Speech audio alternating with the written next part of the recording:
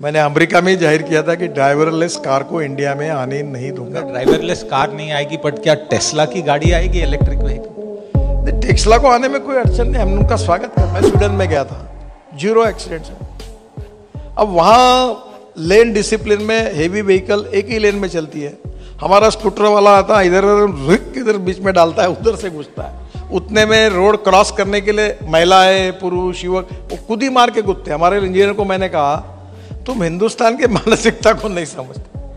बोले तुमने ये समझा ही नहीं कि हमारा आदमी खुद ही मार के आता है, जंप मार के। अब ये अच्छे रोड बनाने के कारण ये एक्सीडेंट्स हो रहे हैं। मैंने बोला आपका सुझाव बहुत अच्छा है, तो मैं ऐसा करूं कि बने हुए रोड पर 2-2 फीट पर और गड्ढे तैयार कर दूं ताकि 5 किलोमीटर 4 किलोमीटर। मेरे घर से दफ्तर तक 4 बारी स्पीड लिमिट बदलता है, और वो स्पीड लिमिट कब बदला ये पता नहीं है। आप माप के तो गाड़ी से उतर के ये नहीं कर सकते हैं। स्पीड कैमरा ने बहुत चालान भेजे और बाद में पता लगा स्पीड कैमरा की तकनीक में ही गड़बड़ थी।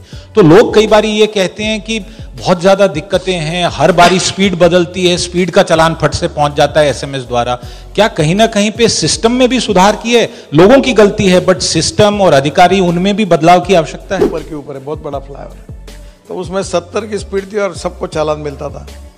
तो मैंने कहा ये डिजाइन किसके लिए किया? बोले 120 किलो। वो 70 क्यों लगाया? तो बोले पुलिस कमिश्नर ने लगाया। क्या कानून थोड़े सख्त होने चाहिए? विदेश में आप 3 बारी गलती करो लाइसेंस खत्म, और बिना लाइसेंस के आपकी जीवनी खत्म।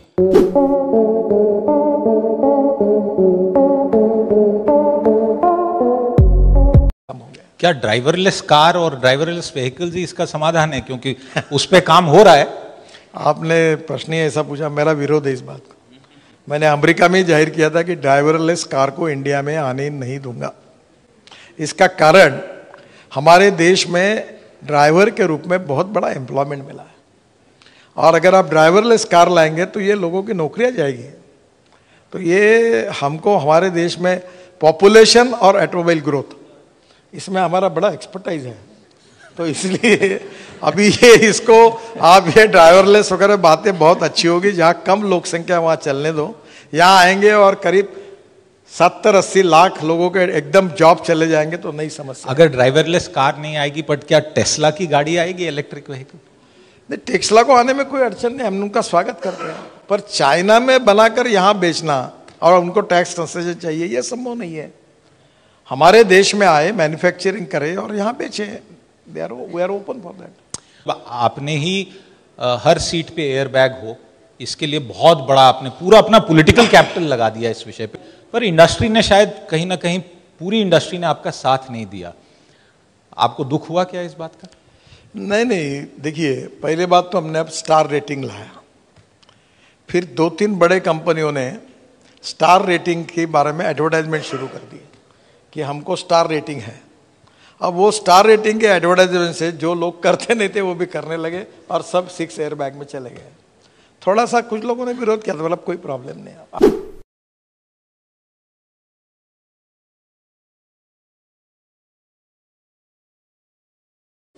पूरे फॉरेन कंट्रीज में, मैं स्वीडन में गया था, 0 एक्सीडेंट्स है। अब वहाँ लेन डिसिप्लिन में हेवी व्हीकल एक ही लेन में चलती है। हमारा स्कूटर वाला आता है, इधर बीच में डालता है, उधर से घुसता है। उतने में रोड क्रॉस करने के लिए महिलाएं, पुरुष, युवक वो खुद ही मार के घुसते। हमारे इंजीनियर को मैंने कहा, तुम हिंदुस्तान की मानसिकता को नहीं समझते। बोले तुमने ये समझा ही नहीं कि हमारा आदमी खुद ही मार के आता है, जंप मार के। तुम एक काम करो, ऐसा बनाओ रोड के बीच में कि वो छलांग मारने के बाद भी कूद न सके, ताकि वो ऐसे ही बनाना पड़ेगा आपको। तो कहीं ना कहीं प्रैक्टिकली लोगों को ही समझाना, उनका ट्रेनिंग करना, अवेयरनेस निर्माण करना, ड्राइवर के बीच में अवेयरनेस निर्माण करना। अभी महिंद्रा एंड महिंद्रा हर साल वो ट्रक ड्राइवर के लिए प्रोग्राम करती है, प्राइवेट सेक्टर भी इसमें आते हैं, बहुत सी इंस्टीट्यूशंस भी आ रही है, NGOs भी आ रही है। कोई ऐसी फिल्म बन जाए कि यंग लड़का घर का एक्सीडेंट में चला जाए और फिर देखो परिवार कैसा अड़चन में आएगा, तो लोगों को समझेगा कि ये नहीं करना चाहिए। पर इसमें जो प्रयास हम कर रहे हैं वो कम पड़ रहे हैं, हम इसको रोकने में सफल नहीं हो रहे।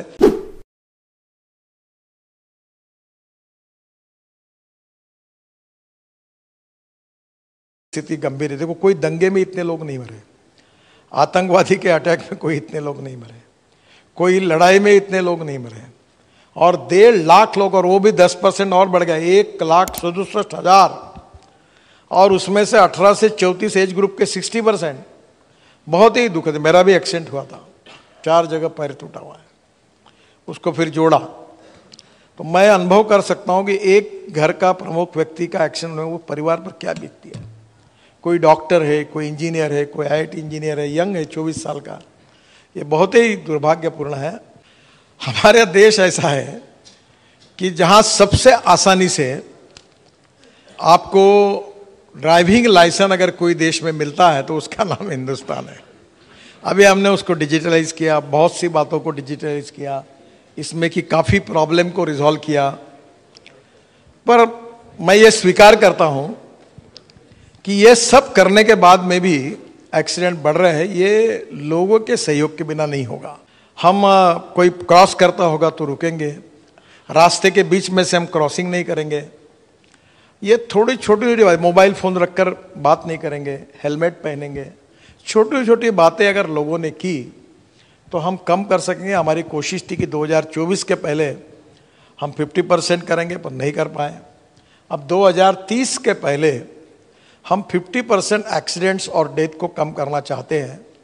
पर मैं IIM जैसे एजुकेशनल इंस्टीट्यूशन को भी कहूँगा कि इसमें लोगों को जगाने के लिए, पढ़ाने के लिए, अभी नागपुर में एक संस्था है आक्रोश करके, जन आक्रोश, उसमें इंडियन ऑयल से रिटायर्ड हुए एक बड़े अधिकारी है, बड़े अनेक गवर्नमेंट के अधिकारी है, और वो स्कूल में जाकर, कॉलेज में लाकर बच्चों को ट्रेनिंग देते हैं रोड सेफ्टी का। बहुत से ऑर्गेनाइजेशन ये काम कर रही। मैं इंदौर में कार्यक्रम से खूब ऑर्गेनाइजेशन हमको मदद भी करते हैं। क्या कानून थोड़े सख्त होने चाहिए? विदेश में आप 3 बारी गलती करो लाइसेंस खत्म, और बिना लाइसेंस के आपकी जीवनी खत्म। तो क्या सख्ती भी थोड़ी आवश्यक है? मुझे लगता है सब विषयों का डिटेल में अध्ययन करना। अभी हमने ट्रक के लिए AC केबिन मैंडेटरी कर दी। मैंने देखा कि एक ट्रक ड्राइवर 14 घंटे चलाता है, उसकी कैसी मनस्थिति होती है, टेम्परेचर बहुत ज़्यादा होता है, थक जाता है। तो कहीं ना कहीं हम लोग और डिटेल में जाके छोटी छोटी बातों का विचार कर रहे हैं। सख्ती की है, फाइन बढ़ गया है। मेरे घर से दफ्तर तक 4 बारी स्पीड लिमिट बदलता है, और वो स्पीड लिमिट कब बदला ये पता नहीं है। आप माप के तो गाड़ी से उतर के ये नहीं कर सकते हैं। और दूसरा एक उससे जुड़ा हुआ विषय कि स्पीड कैमरा ने बहुत चालान भेजे, और बाद में पता लगा स्पीड कैमरा की तकनीक में ही गड़बड़ थी। तो लोग कई बारी ये कहते हैं कि बहुत ज़्यादा दिक्कतें हैं, हर बारी स्पीड बदलती है, स्पीड का चालान फट से पहुंच जाता है SMS द्वारा। क्या कहीं ना कहीं पे सिस्टम में भी सुधार किए? लोगों की गलती है, बट सिस्टम और अधिकारी, उनमें भी बदलाव की आवश्यकता है। देखिए, ये सब्जेक्ट है कॉन्करेंट लिस्ट में। ये तय करने का अधिकार भारत सरकार का भी होता है, राज्य सरकार का भी होता है। अब कुछ लोग मुझे मिलते हैं कि आप इतने बड़े हाईवे बनाए और 70 की स्पीड लिख के रखी है, 80 की लिखी। मैं एक बार हमारे फ्लाईओवर से जाता था नासिक में, ऊपर के ऊपर है, बहुत बड़ा फ्लाईओवर है, तो उसमें 70 की स्पीड थी और सबको चालान मिलता था। तो मैंने कहा ये डिज़ाइन किसके लिए किया? बोले 120 किलो। वो 70 क्यों लगाया? तो बोले पुलिस कमिश्नर ने लगाया। अब प्रॉब्लम दोनों बाजू से, कुछ लोग बोलते हैं कि स्पीड बढ़ाओ, कुछ लोग बोलते हैं कम करो। मुझे एक बहुत बड़े अधिकारी मिले थे, बोले गडकरी जी मेरे आपके प्रति एक तकरार है। बोला क्या तकरार है? बोले अच्छे रोड क्यों बनाते हो? मैं बोला क्या हुआ? ज़्यादा एक्सीडेंट होते हैं, स्पीड बढ़ती है, आप ये अच्छे रोड बनाने के कारण ये एक्सीडेंट्स हो रहे हैं। मैंने बोला आपका सुझाव बहुत अच्छा है, तो मैं ऐसा करूं कि बने हुए रोड पर 2-2 फीट पर और गड्ढे तैयार कर दूं ताकि 5 किलोमीटर 4 लोग चले। तो लोग दोनों प्रकार का ओपिनियन देते हैं। प्रॉब्लम है कि हमको रोड अच्छे बनाएंगे तो स्पीड भी बढ़ानी होगी, और स्पीड बढ़ाते समय लेन डिसिप्लिन का पालन करना चाहिए।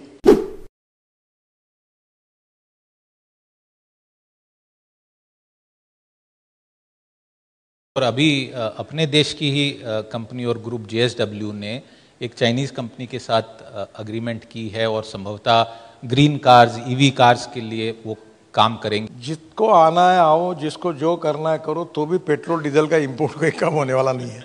लोग मुझे पूछते हैं, अभी 16 लाख करोड़ का फॉसिल फ्यूल का है, हम कितना भी पटक लें तो अभी 3-4 साल में वो 24 लाख करोड़ का होगा, और हमारे लिए समस्या है। अब इलेक्ट्रिक का ऐसा हुआ कि पहले लोग पूछते थे कि बंद हुई तो क्या हो गया, क्या कोई धक्का मारेगा क्या, मुझे सवाल पूछते थे। अब मेरे पास आते हैं कि आउट ऑफ टर्न मुझे इलेक्ट्रिक गाड़ी चाहिए, आप मेरे को पत्र दो और मिला दो। अब इतना पोटेंशियल इलेक्ट्रिक बसेस हमारे देश में 86,000 बसेस तैयार होती है, अब 2 लाख बसेस चाहिए।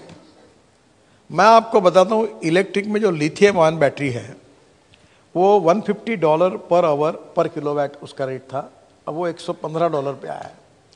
जिस दिन वो $100 पर आएगा, और आने की संभावना है जल्दी ही, तो पेट्रोल और डीजल व्हीकल की और इसकी कीमत सेम होगी।